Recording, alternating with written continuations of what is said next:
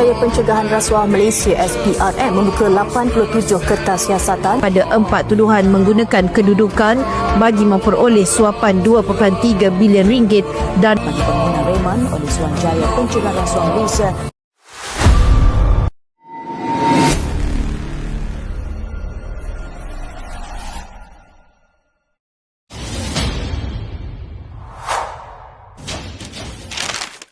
Apa itu rasuah? Rasuah adalah penerimaan atau pemberian suapan sebagai upah atau dorongan untuk seseorang individu kerana melakukan atau tidak melakukan sesuatu perbuatan yang berkaitan dengan tugas rasmi. Suapan terdiri daripada wang, hadiah, bonus, undi, perkhidmatan, jawatan, upah dan diskaun. Hukuman kesalahan rasuah: penjara tidak melebihi 20 tahun, denda 5 kali ganda nilai suapan atau 10,000 mengikut mana yang lebih tinggi. Persoalannya, bagaimana rasuah boleh berakar dalam sesebuah negara? 3 punca sistemik. Pertama, kelemahan tadbir urus. Kelemahan tadbir urus apabila ketulusan dan accountability tidak diamalkan, kuasa yang diamanahkan mudah disalahgunakan demi kepentingan peribadi. Kedua, birokrasi yang kompleks. Birokrasi yang kompleks, proses yang terlalu panjang dan tidak efisien membuka ruang kepada rasuah sebagai jalan pintas untuk mempercepatkan urusan. Dan ketiga, budaya normalisasi rasuah. Budaya normalisasi rasuah, apabila amalan ini dianggap biasa dan diterima oleh masyarakat, ia menjadi satu kitaran yang sukar diputuskan. Disinilah bermulanya rantai kehancuran.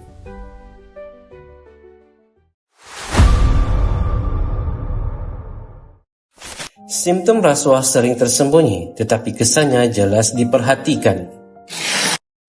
3 simptom rasuah. Pertama, projek terbengkalai. Projek terbengkalai yang mencerminkan kegagalan pengurusan serta penyalahgunaan dana. Kedua, kualiti infrastruktur rendah. Kualiti infrastruktur yang rendah seperti jalan rosak atau bangunan tidak selamat menunjukkan kompromi terhadap standar demi keuntungan. Dan yang ketiga, ketirisan dana awam. Ketirisan dana awam menyebabkan sumber negara tidak sampai kepada rakyat yang benar-benar memerlukan.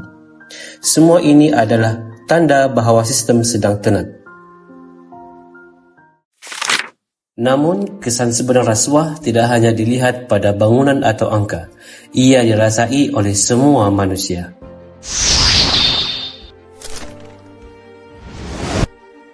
3 kesan rasuah. Pertama, kos sara hidup meningkat. Kos sara hidup rakyat meningkat apabila projek tidak berkualiti, memerlukan pembaikan berulang dan sekaligus membebankan rakyat. Kedua, ketidaksamaan sosial. Semakin melebar apabila peluang hanya diberikan kepada golongan tertentu yang mempunyai akses atau yang digelar sebagai kabel. Dan yang ketiga, kepercayaan terhadap kerajaan merosot. Kepercayaan rakyat terhadap kerajaan mulai merosot sekaligus menggugat kestabilan sosial dan politik negara. Apabila kepercayaan runtuh, kestabilan negara juga mula goyah.